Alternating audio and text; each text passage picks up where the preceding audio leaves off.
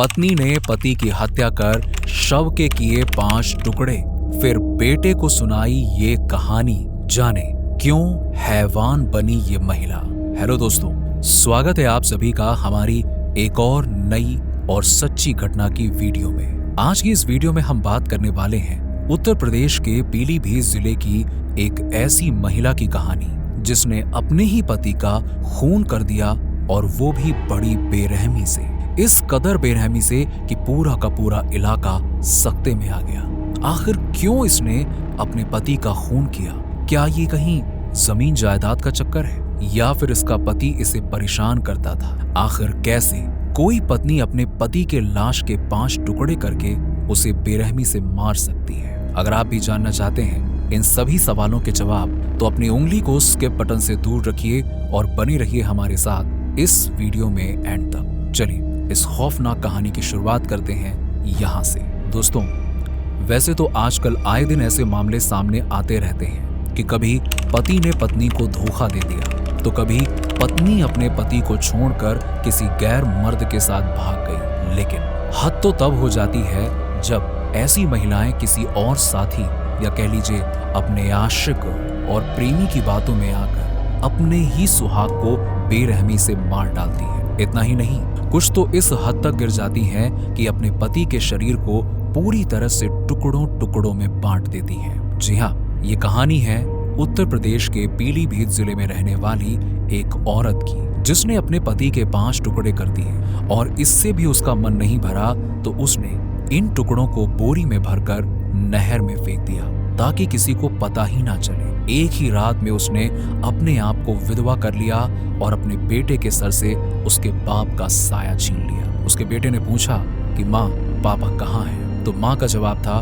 मुझे नहीं पता कहाँ गया तेरा बाप। अब ये जवाब बेटे को सुनकर कुछ ज्यादा ही अटपटा लगा। बेटे को शक हुआ तो वो सीधा भागता हुआ पुलिस स्टेशन पहुंचा। पुलिस में कंप्लेन कर दी, और जब पुलिस इस मामले की छानबीन करने लगी तो एक बार में ही पूरा का पूरा पर्दाफाश हुआ। चलिए जानते हैं इस वारदात की शुरुआत कहाँ हुई और कैसे एक सीधी सादी औरत जिसका एक बच्चा है, जिसका एक पति है, वो दरिंदों जैसे काम करने लगी। दोस्तों, इस सच्ची घटना की शुरुआत होती है आज से करीबन 5 महीने पहले, जब रामपाल और उसकी पत्नी यानी दुलारो देवी अपने गांव के एक छोटे से घर में हंसी खुशी रह रहे थे। इनके परिवार में इनका एक बेटा भी है जिसका नाम सोनपाल है, जो उसी गांव में थोड़ी ही दूरी पर अलग रहता है, क्योंकि उसकी शादी होने के बाद से ही उसकी बहू और उसकी माँ के बीच में बिल्कुल नहीं बनती थी। इसीलिए शादी के तुरंत बाद ही सोनपाल की माँ ने उसे और उसकी बीवी को अपने घर से अलग कर दिया था, जिसके बाद वो दोनों अलग रहने लगे। अब रामपाल और उसकी पत्नी यानी कि दुलारो देवी के बीच में कोई दिक्कत थी ही नहीं। लेकिन एक बार क्या होता है कि रामपाल अपने एक दोस्त को अपने घर लेकर आता है, तो रामपाल के दोस्त को उसकी पत्नी पसंद आ गई। साथ ही दुलारो देवी को भी रामपाल का दोस्त कुछ हद तक पसंद आ गया था। बस फिर क्या था, रामपाल का दोस्त किसी न किसी बहाने से रोजाना रामपाल के घर आने लगा, और इसी तरह इनकी ये छोटी सी मुलाकात एक दोस्ती में बदल गई, और धीरे धीरे इन दोनों के बीच में प्यार होने लगा। जिसके बाद तो भैया ये दोनों रोजाना एक दूसरे से छिप छिप कर मिलने लगे। पर इन्हें पता था कि ये इस तरह से छिप छिप कर ज्यादा दिन तक नहीं मिल सकते। साथ ही इन्हें ये भी डर था कि अगर दुलारो देवी के पति रामपाल को पता चल गया तो कहीं मामला गड़बड़ ना हो जाए। खैर, देखते ही देखते इन दोनों के बीच में दूरियां कम होने लगी और ये एक दूसरे से हर दिन मिलने लगे। जिसके बाद रामपाल को इन पर थोड़ा शक हो गया, पर वो इस बात को ज्यादा सीरियसली ना लेते हुए मजाक में टाल देता है। इस तरह दोनों छुप छुपाकर अपनी प्रेम कहानी को उड़ान दे रहे थे। लेकिन इनका ये छिपम छिपाई वाला खेल ज्यादा दिन तक चल नहीं पाया, क्योंकि दुलारो देवी का पति यानी कि रामपाल एक दिन इन्हें रंगे हाथों पकड़ लेता है। बस इसके बाद से तो इनकी शामत आ जाती है और उनका यूं रोजाना छिप छिप कर मिलना बंद हो जाता है। पर आपको बता दें कि भले ही इनके बीच में रामपाल आ गया था, लेकिन इनके बीच प्यार अभी भी उतना ही था। इसीलिए दोनों ने अपने घर को छोड़कर भागने का फैसला किया, और कुछ दिनों तक इस फैसले पर सोच विचार करने के बाद इन दोनों ने इसे अंजाम दिया। और आज से करीबन 3 महीने पहले दुलारो देवी अपना घर बार सब कुछ छोड़कर अपने पति के दोस्त के साथ भाग गई। अब वहां से रामपाल की पत्नी यानी कि दुलारो देवी उसके दोस्त के साथ भी बड़े ही प्यार से और हंसी खुशी रहने लगती है। साथ ही ये भी बताया जा रहा है कि दुलारो देवी उस आदमी के साथ 3 महीने तक खुशी खुशी रहती तो है, पर यहाँ दोनों के दिमाग में एक बड़ी ही दिलचस्प खिचड़ी पक रही होती है। दरअसल रामपाल का दोस्त उसकी पत्नी के हाथों रामपाल का कत्ल करवा के उसकी सारी जमीन जायदाद हड़पने की साजिश करता है और इसी तरह इन दोनों के प्लान के मुताबिक 3 महीने बाद यानी कि 20 जून को दुलारी देवी लौट करके अपने पति के घर आ जाती है। प्लान तो इनका तैयार था, अब बारी थी एक्शन की। बताया जा रहा है कि जब से दुलारो देवी अपने घर पर आई थी तभी से उसके और उसके पति के बीच में रोजाना इस बात को लेकर अनबन होती थी। दोस्तों, इस केस के मामले में जब छानबीन की गई तो रामपाल के बेटे ने भी कुछ हैरान कर देने वाली बातें बताई। चलिए जानते हैं उन सभी खुलासों के बारे में, लेकिन उससे पहले अगर आपने अभी तक हमारा वीडियो शेयर नहीं किया है, लाइक नहीं किया है, तो जल्दी से लाइक कर दीजिए और हाँ, इस वीडियो को कोने कोने तक वायरल कर दीजिए ताकि हर व्यक्ति इस बड़ी दुर्घटना से सतर्क हो जाए। अब पुलिस की पूछताछ के दौरान रामपाल के बेटे ने बताया कि हमारी माँ और पिताजी के बीच आए दिन झगड़े होते ही रहते थे। साथ ही मेरी माँ दुलारो देवी मेरे पिताजी को जान से मारने की धमकी भी देती थी और हर बार यही कहती थी कि तेरे साथ नहीं रहूंगी, मैं तो ये सब सामान लेकर अपने दूसरे पति यानी कि रामपाल के दोस्त के साथ रहूंगी। इनके बीच में आनाकानी यूं ही हर महीने होती रही। फिर रोजाना की इस किचपिच से परेशान होने के बाद दुलारो देवी ने सोचा कि क्यों ना इस मामले को ही खत्म किया जाए और अपने पति को रास्ते से हटा दिया जाए। बस फिर ये घिनौना ख्याल आते ही उसने अपने पति को मारने के लिए पूरी की पूरी साजिश रच ली। वो रात थी 23 जुलाई जब गांव के सभी लोग सो रहे थे और पूरे गांव में एकदम सन्नाटा पसरा हुआ था।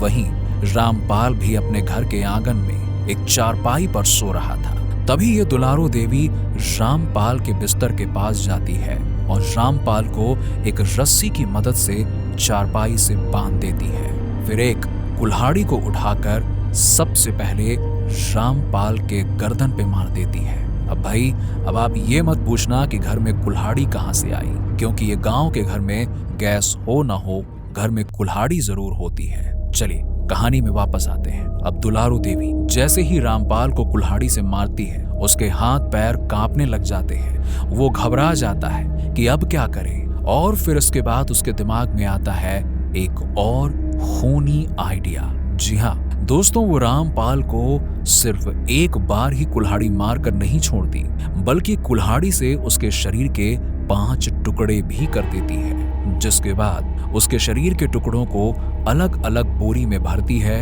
और अपने साथी को बुलाती है। और जैसा कि इन्होंने प्लान किया था, उस प्लान के मुताबिक दुलारो देवी का साथी भी तैयार बैठा था। मतलब अभी तक सारा का सारा काम इनके प्लान के मुताबिक हो रहा था। जिसके बाद उसका साथी दुलारो देवी का फोन आते ही अपने घर से निकल जाता है, जिसके बाद ये दोनों मिलकर रामपाल की लाश के टुकड़ों को ठिकाने लगाने लग जाते हैं। अब आपको बता दें कि लाश के टुकड़ों को पास के ही एक छोटी सी नहर में फेंक देते हैं। अब होती है अगले दिन की सुबह यानी 24 जुलाई, जब रामपाल का बेटा सोनपाल अपने पिताजी से मिलने के लिए उनके घर आता है। वहीं उनकी माँ दुलारो देवी उससे कहती है कि मुझे नहीं पता तेरा बाप कहाँ है, चला गया होगा कहीं। ये कहकर सोनपाल की माँ उसे बाहर से ही भगा देती है। अब ये बात सुनकर सोनपाल वहां से चला जाता है और अपने पिता के दोस्तों से पूछताछ करता है और रामपाल के गायब होने की बात अपने परिवार के दूसरे लोगों को बताता है। और इसकी बातें सुनते ही रामपाल के सभी घर वाले रामपाल को ढूंढने लग जाते हैं। करीबन 2 दिन तक ढूंढने के बाद जब रामपाल का कुछ अता पता नहीं चलता, तो रामपाल का बेटा यानी कि सोनपाल 26 जुलाई को अपने पास के गजरौला पुलिस थाने में अपने पिता की गुमशुदगी की रिपोर्ट लिखवाता है। सोनपाल पुलिस को अपने माँ और पिता के रिश्ते के बारे में एक एक बात बता देता है।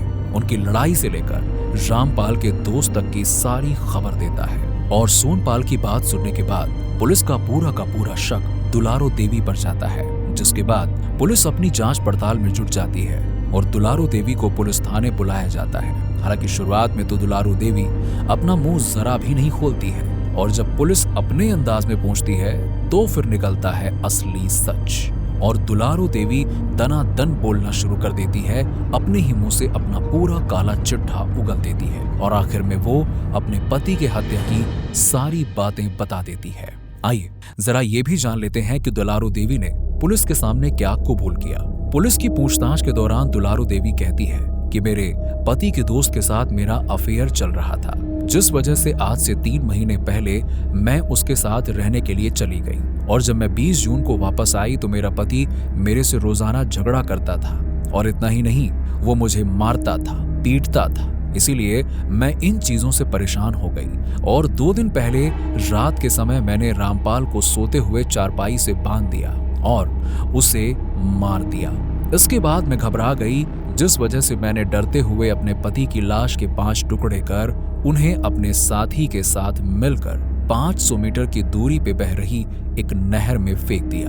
फिलहाल दुलारू देवी अभी पुलिस की गिरफ्त में है और जिस नहर के बारे में उसने बताया था उस नहर में भी पुलिस ने कुछ खोजबीन करने वालों को भेजा, जिसके बाद वहां से पुलिस को रामपाल की लाश के टुकड़े एक बोरी में भरे हुए मिले, जिनमें सर नहीं था और सर दूसरे बोरी में मिला। अब आपको बता दें कि नहर से लाश के टुकड़े मिलने के तुरंत बाद ही पुलिस ने रामपाल के घर की तलाशी ली, जहां से पुलिस ऑफिसर्स को रामपाल के खून से सने हुए कपड़े मिले। साथ ही वो चारपाई भी मिल गई जिस पर दुलारू देवी ने रामपाल का खून किया था और उसके बॉडी के टुकड़े भी किए थे।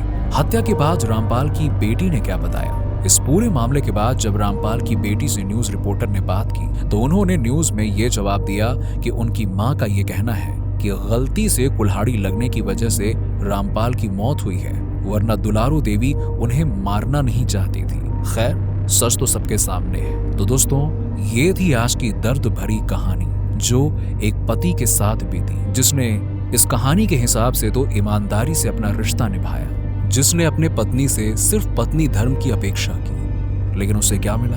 धोखा, धोखा और धोखा और अंत में मौत।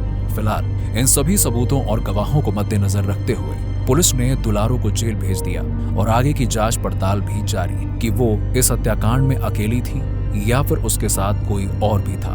अगर था तो कौन? वेल फ्रेंड्स, आज की इस वीडियो में इतना ही। वीडियो अच्छी लगी हो तो इसे अपने दोस्तों के साथ में जरूर शेयर करें और साथ ही चैनल पे नए हैं तो सब्सक्राइब करके बेल आइकन को जरूर दबा दीजिएगा, ताकि ऐसी ही सच्ची घटनाओं की वीडियो आपको समय समय पे मिलती रहे।